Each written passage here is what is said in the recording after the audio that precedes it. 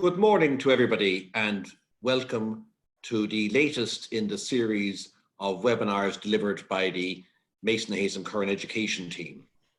For those of you who I haven't met previously, either personally or more recently remotely, my name is Ian O'Herlihy and I'm head of the Maosn, Hayes and Curran education team. And I'd also like to introduce my two colleagues, well known to many of you already, Catherine Kelly and of course, David Ruddy.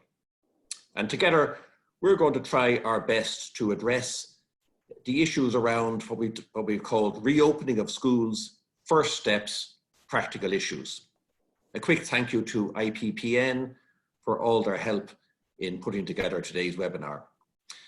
At the outset, I'd like to emphasize that neither we nor I think anybody else has all the answers to the current issues. We know that this is a developing scenario. Every day seems to bring new issues for schools. What we will hopefully do is identify the main issues and give you at least some of the answers. We're also going to look at what's happening in other countries briefly and see what we can learn for Irish schools with what's happening abroad. And lastly, I want to say that it's our intention to run another webinar on the return to school issues later in the summer, before the end of August, when hopefully some school-focused guidance will have issued. Now, a quick word on the kind of sources of guidance and support for schools. We put up a slide there. And a lot of this will be coming at you from all different sources: World Health Organization, government publications, a whole list of guidance. And some of you will have seen an announcement by the Minister recently that the Minister is going to issue sometime around middle of June, maybe 10 days time, what's been described as a roadmap for schools. And hopefully this is going to give some school-specific guidance around reopening. David, hand it over to you for a minute. Thanks, Ian. And one of the key considerations for the Department of Education and Skills will be the paper produced by the World Health Organization, Considerations for Schools. And that's a live document, of course, that will change on a regular basis. And I suppose the big issue there is desk spacing and social distancing. And the recommendation is a minimum at the moment of 1 meter. Also, among the many other recommendations they have is that we should be considering safety on school transport. And that's going to be hugely challenging for almost all rural, provincial, and indeed most urban schools. How are you going to organize a return to school, even a partial return, and accommodate the school transport scenario also? And I suppose the key thing in it is, in this document, is if somebody is unwell, that they stay at home, be it pupils or staff. And we're going to delve more into that, but you can anticipate that you will have staffing issues in September as a result of the protocols that will be put in place. Of course, the international experience is very important, and the Department of Education and Health are monitoring this very closely. And we're in the fortunate position, we'll be one of the last European countries to reopen schools. Now, of course, in Sweden, they never close schools. And I was in contact with a principal friend of mine there a number of days ago. And he said that absenteeism was a big issue for staff and pupils. Equally, and strangely, he said, while social distancing was a challenge and the schools taught the rules, but the policing of it was a different issue. It was challenging, but the parental issue was a bigger issue, keeping parents outside the school premises. And he said that's something that he would advise us to consider. Of course, in Denmark, they have opened, and there are a few infections there. In fact, Professor Luke O'Neill last night on the TV stated that out of 20 countries that had reopened their schools, only 3 had infection issues related to the reopenings, and they were minor grips, he would have said. We learn from our colleagues in England too, and of course, social distancing in the Netherlands is 1.5. So that's going to be very important to us when we do reopen. South Korea was one of the countries that we have looked to in relation to their testing protocol. And they were one of the schools, ironically, that had a blip in that the schools had to close after, some schools had to close after 2 weeks. So we want to avoid that sort of scenario. So Ian referenced the roadmap in mid-June, but we also have to consider the July provision. And there seems to be, you know, an onus on schools trying to provide that for our ASD children. And then the question is, what about other children with complex conditions? Can they be accommodated? And indeed, can GESH children? So discussions are ongoing, and we're going to see how this will play out. But this brings me to the critical document that Catherine is now going to discuss, the department published Return to Work Safety Protocol. And this is the Department of Health. And so Catherine, over to you. Thank you, David. Yes, the department has this Return to Work Safety Protocol, which it issued on the 6th of May. It's important to remember that the board is the employer of staff, so has a duty of care towards them to provide a safe place of work. Now, I want to reassure boards that they don't have to eliminate the risk for employees. They just need to try and limit it or reduce it if they can by using all of their policies and procedures. The roadmap from the department is awaited, and that's very key here because the Return to Work Safety Protocol doesn't deal with the specific issues that schools are going to face, and those are complex issues. So I would say to have a look at the Return to Work Safety Protocol, have a look at your policies and procedures, look at your disciplinary procedures. If employees don't follow those, that you'll have to use those. In relation to employees who may be feeling stressed or anxious about returning to work, refer them to Inspire Wellbeing. They may need to be referred to Medmark, and look at how you can accommodate the at-risk group of employees. They may not wish to return to work full-time, or they want to remote work. Look at all those aspects. Yeah, Catherine, thanks. And just bearing in mind, this is the 3rd of June and that staff are still working remotely. A question has come from 2 different principals, same type of question. Should schools await definitive advice from the department before considering reopening? Or the second question is, I don't like to leave things to the last minute. Should I start planning now? So what would your advice to principals be as of now in relation to this work safety protocol? Well, I think you should look at it now and look at the policies and procedures that are there now, and then come back to it again when the department issues the roadmap and gives specific guidance. But start on it now, definitely. Thanks. I'll come back to you shortly.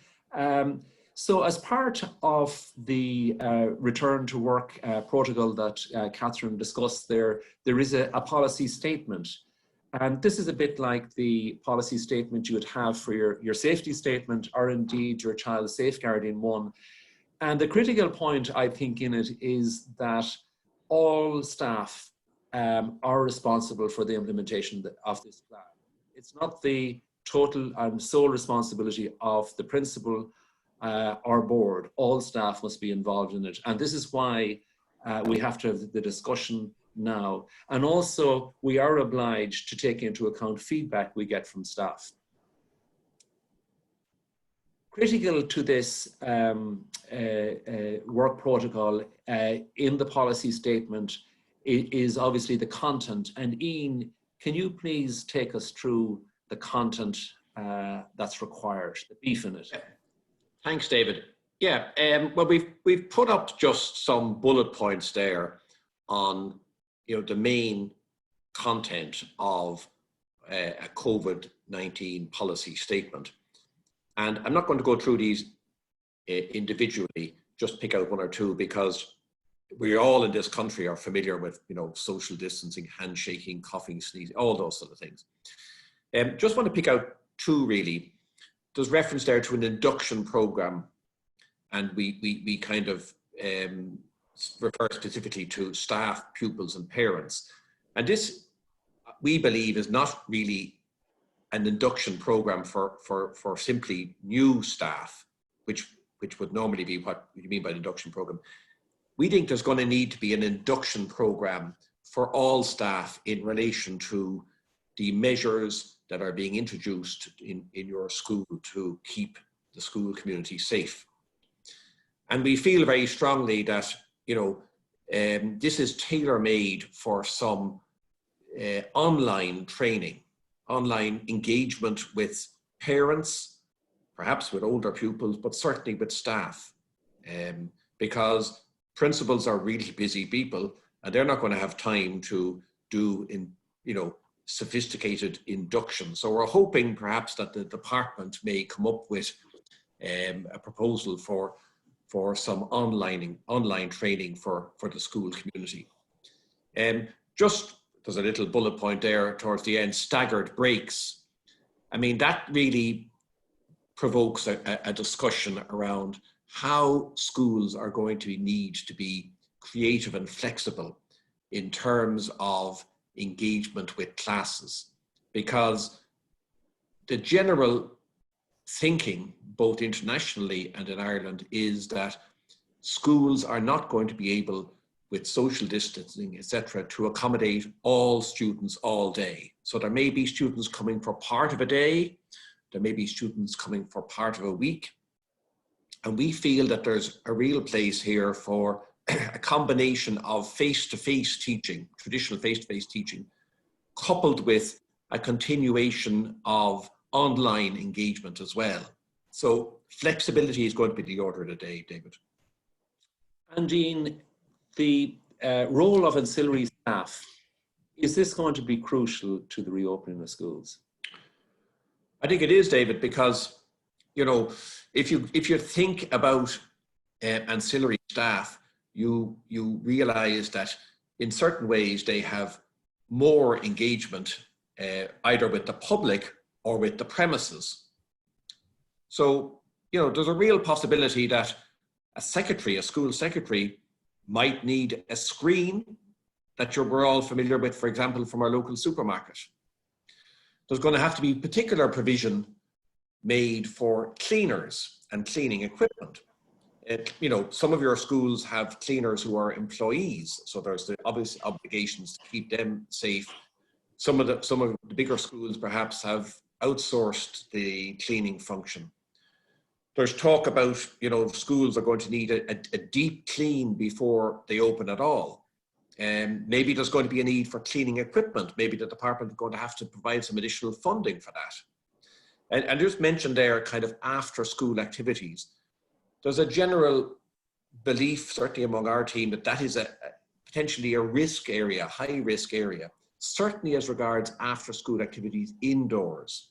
After school activities out of doors, perhaps would carry much lower risk. But, whatever about after school activities out of doors in September, after school activities in December or January or February are out of doors are going to be, non-existent. So these are issues that we're going to look at maybe later on as we go forward, just a risk assessment of different school activities. So Ian, hiring the school hall out has generated income for lots of schools to adult classes on that. Is that a no-go area in September, or what's your thoughts? I don't think it's necessarily a no-go area, David, but I think that if schools are considering licensing out, for example, the school hall or whatever, to an outside group, there's going to have to be provision for proper cleaning of, for example, the school hall before pupils and staff access it, be it the following day or in the days ahead. That's a must. Of course, and can I ask you a question here that has come in? This is from a principal of a small rural school, and she says, how can we be expected to have the same plan as a large, well-resourced and financed urban school? Fair question. That is a fair question. And while I think some of the elements of any school plan will be common as between, for example, a small rural school and a large urban school, there is no doubt that there are particular challenges in actually in each of those type of schools, different challenges. There may be huge challenges around spacing and distancing in a small rural school. So these are issues that are presumably going to be addressed with the minister's so-called roadmap. But I really think that school principals and boards ought to be at least what we call starting the debate at the moment, starting the consideration at the moment. Yes, you're going to tweak them, but you should be starting the discussion at the moment within your school. And one of these areas is, of course, the pre-return to work form, which must be completed at least 3 days in advance. Now, I have a question here from somebody who says, what happens if a member of staff forgets to return the form beforehand? Or you have on the 1st of September a substitute teacher arriving in. What's your advice in relation to that? Well, I think that the kind of 3 days in advance, the 3 days was put in there with a view to trying to prompt a timely submission of the return to work form, to give principals, for example, an opportunity to review the questions the answers to the questions on the form. But I don't think there's anything absolutely, in stone as regards to 3 days. The important words there are in advance. And I think that if a principal receives the form sometime in advance, or even receives the form immediately before a staff member returns to work, provided the principal has time to read and consider the answers and satisfy himself or herself that the answers are acceptable, I think that principals would be justified in making a judgment call to accept the form, as long as I said it's in advance of the staff member starting in the school. Thanks. That'll give some reassurance to the person, and indeed for many school leaders in relation to that return to work forum. Next, we move on, Catherine, to the elephant in the room, which is social distancing. And I know this is Catherine's sort of vision of a school playground in every school in the country, children observing the 2 meters, or is it? No, David, it's not. Because I can tell you, as a mum of a 2nd class and a 6th class girl, I understand completely how difficult it's going to be to keep the 2 meter rule, especially for the younger classes. I mean, how are you going to monitor that? It's not going to work in schools, especially with the small yards that some schools have. Also, some schools don't have extra classrooms. They're kind of tight on space. So it is going to lead to people having to stagger children going back to school 1 week on, 1 week off kind of thing, or in the mornings and in the afternoons. That's what's going to have to happen, because if the 2 meter is still, there in September, they won't all be able to go back to school at the same time. And that's what's going to happen. And this brings us, Catherine, to vulnerable pupils. Yes, I mean, we are going to do a webinar specifically in relation to special schools. That'll be coming up soon. There'll need to be a policy in relation to first aid. For example, if a child falls in the yard, how do you deal with that? Care needs for children with special needs. They are saying that they're going to reduce it to 1 meter, well, they have done in certain countries. So we'll have to wait and see in relation to that. The risk of infection is pretty low still at 1 meter, and children aren't the infection risk that people thought they were at the beginning of all this. So I think the department are probably all looking at that at the moment, and we'll wait and see what they say in relation to it as the summer goes on.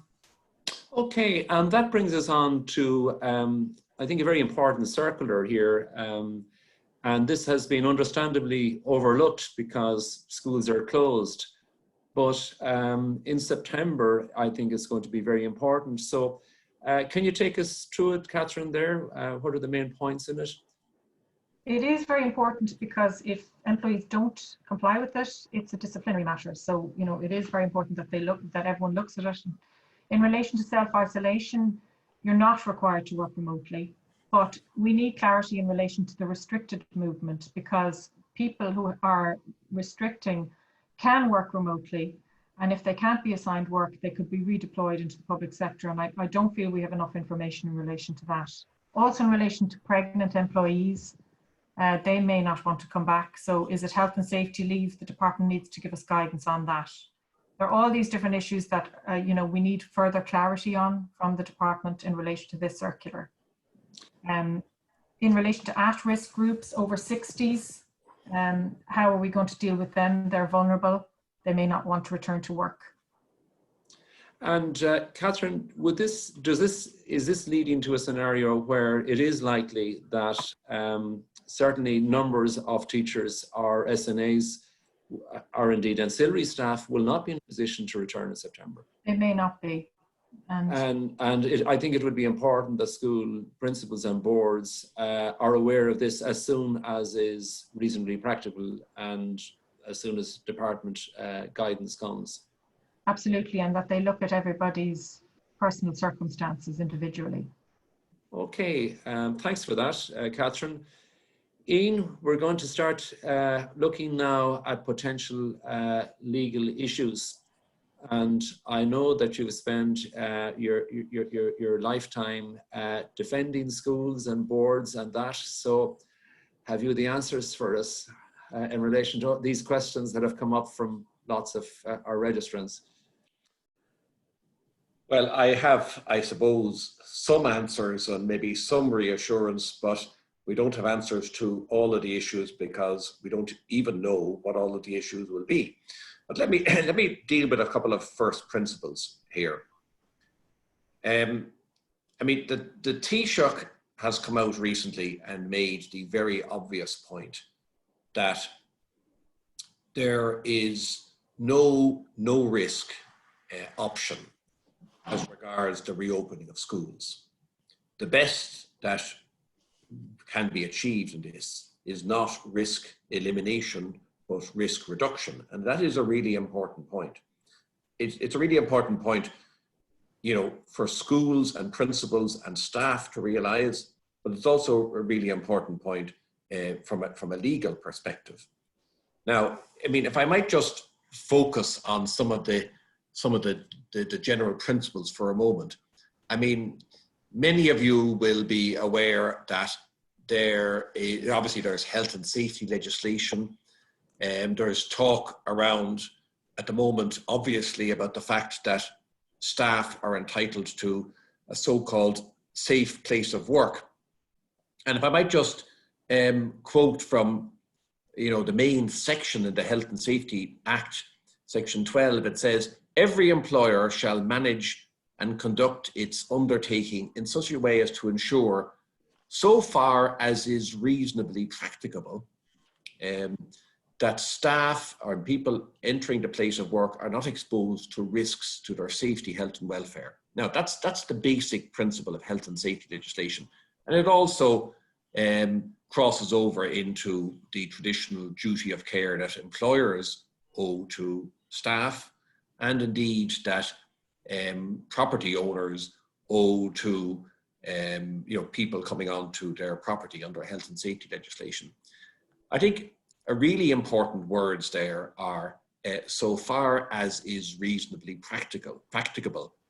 And this, if you like, touches on the Taoiseach's statement, and that is risk elimination, no risk is not a possibility here. So the kind of advice that we've been discussing this in the team, and the kind of advice that we are saying to schools is, well, first of all, there's no risk option.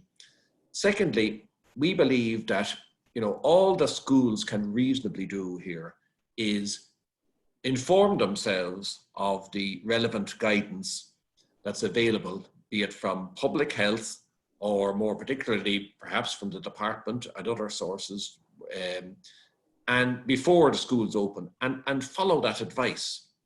And if they do that, nobody can give an absolute guarantee of, immunity from legal challenge. But if they do that, we believe that, for example, courts who might be dealing with, we have a bullet point there, personal injury litigation or whatever, will obviously focus on the words reasonably practicable.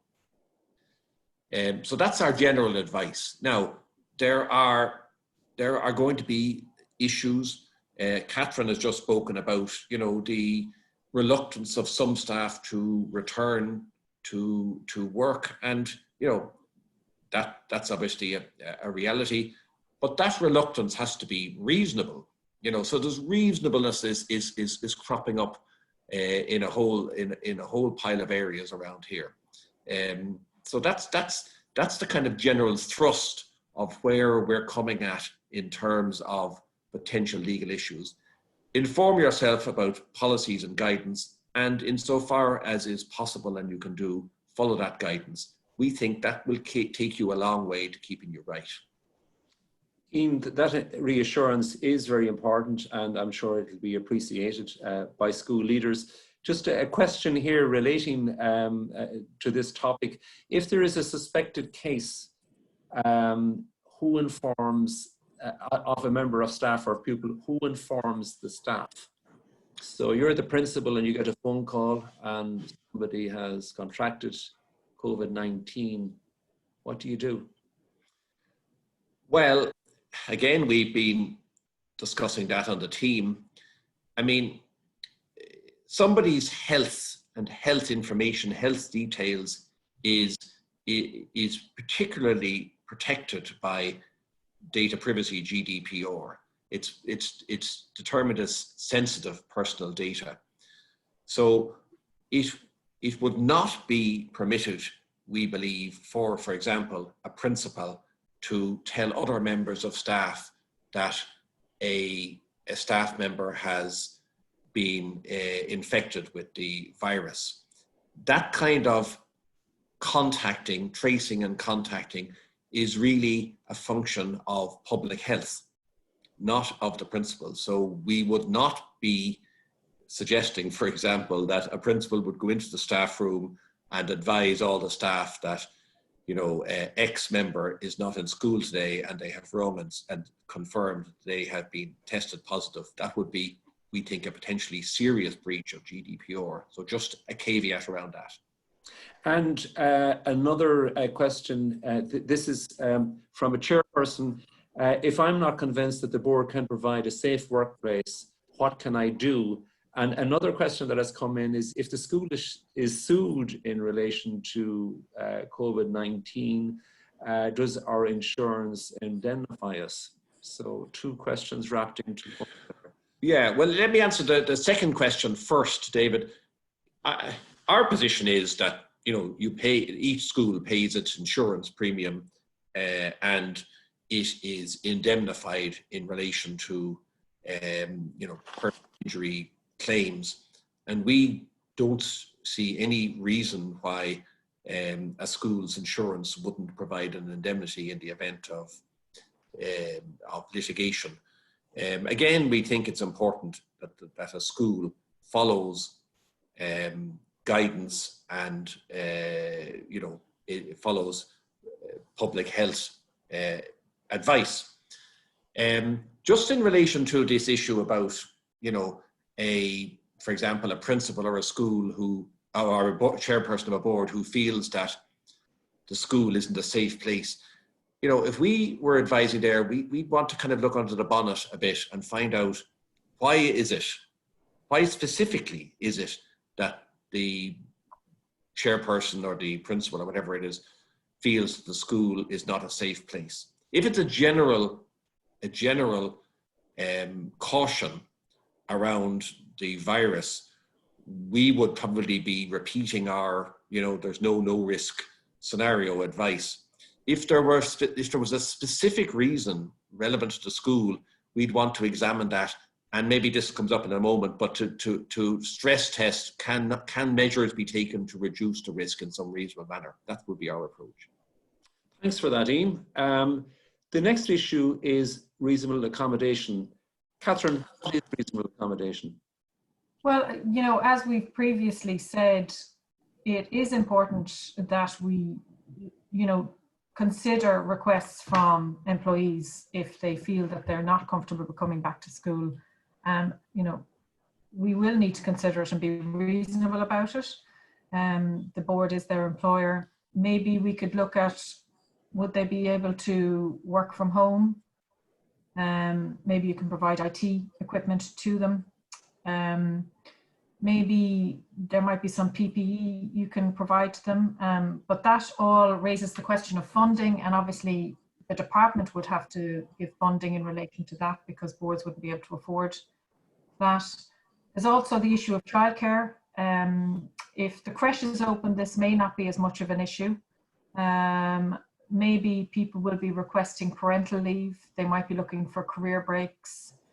So we'd have to look at all of that and consider everybody who is uncomfortable with coming back in relation to an immediate family member, or if that person has an underlying health condition.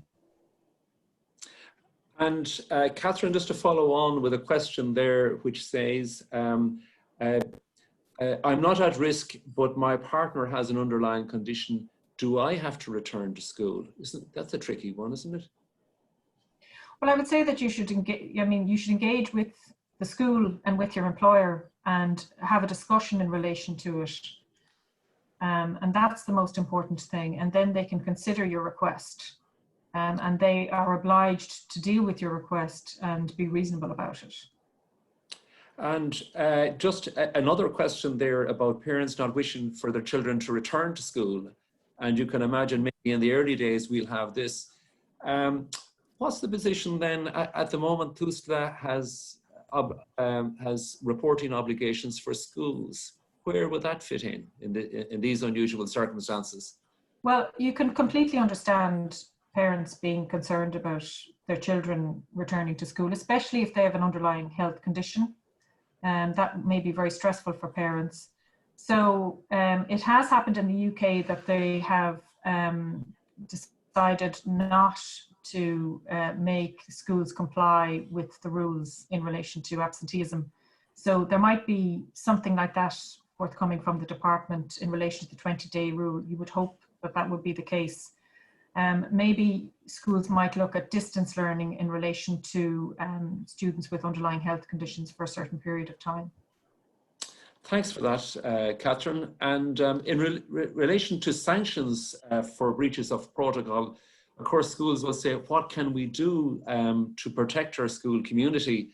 And if there are breaches and they emanate from members of staff, of course, we've disciplinary procedures in place, be it the circulars that deal with teachers and SNAs or indeed ancillary staff. So that machinery is in place. And of course, you would be seeking advice in relation to implementing disciplinary procedures if you have to do so. Equally, there will be challenges inevitably in relation to student behavior. And if the students disregard guidelines and rules, well then the code of behavior is there to protect fellow students and staff. And you do need to revisit that code of behavior to see that it's fit for purpose. And finally, then there's the issue of parents and visitors. Schools might decide that they will only allow what are known as essential visitors to visit the school.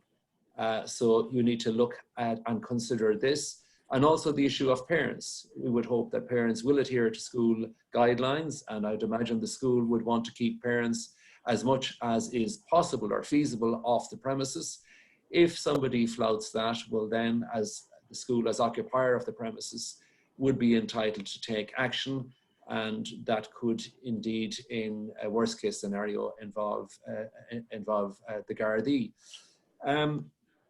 Another question came in relation to what Ian referenced heavily, the idea of risk mitigation, which is really what we're all about in this. So Ian, the question was, what would a COVID-19 risk assessment look like? Yeah, thanks, David. I mean, the first thing to say, on this topic is that schools will be well familiar with kind of health and safety requirements and a safety statement and risk assessment around a safety statement. So that's been in place for several years. And we've just put together a kind of what we think the bones of a health and safety statement around COVID risks might look like. And you can see that, I'm not going to go through it now, you can see it on the slide there, risks and assessment, level of assessment, control measures, and things like that. And the first aim of a review like this and a document like this is obviously to keep people safe. It's obviously to make sure that the school is following proper protocol and has reviewed its risks. But there's also another reason why a document might be helpful, and that is it provides a paper trail to show what the school has done, the risks that it has identified, the assessment and the control measures that have been introduced. And, you know, we've spoken earlier on about claims and challenges. A paper trail is very important. So we would recommend that schools go through this risk assessment and risk mitigation process and create some documentation, whether along the lines we've suggested or otherwise around that, because we think it's a really prudent thing to do. Thanks for that, Ian. And now is the time to do so while we have our staff in place. And obviously we need to consult with our board of management. Just to bring our webinar to a conclusion, I think that you do need to start preparing on for your return. Consultation is a big part of that. The time is now. To develop a draft COVID response plan, that has been drilled into by both Catherine and Dean. The templates are there. Other issues are planning for special needs pupils and infant pupils to make extra provision for them. And of course, to plan for at-risk pupils and staff. At this stage, we would like to recommend some essential reading. The protocol is obvious. Mason Hayes and Curran have an easing key employment concerns as schools consider reopening. That's a short article which was penned by Riordan, who's a partner with Mason Hayes Curran, and by Fiona Shield, who is a solicitor there. I think it's a very good summary of all the issues. By the way, both Liam Riordan and Paul Rochford, another partner, are preparing a webinar for tomorrow for secondary schools. At this stage, I'd like to thank both Catherine and Ian for sharing their expertise with us this morning. We would also like to say that you can find a recording of this webinar in an email that Ian will send later on to you. The IPPN have kindly agreed also to post a link of the webinar on their forthcoming e-scale. We will have forthcoming webinars in relation to special schools and children with complex needs.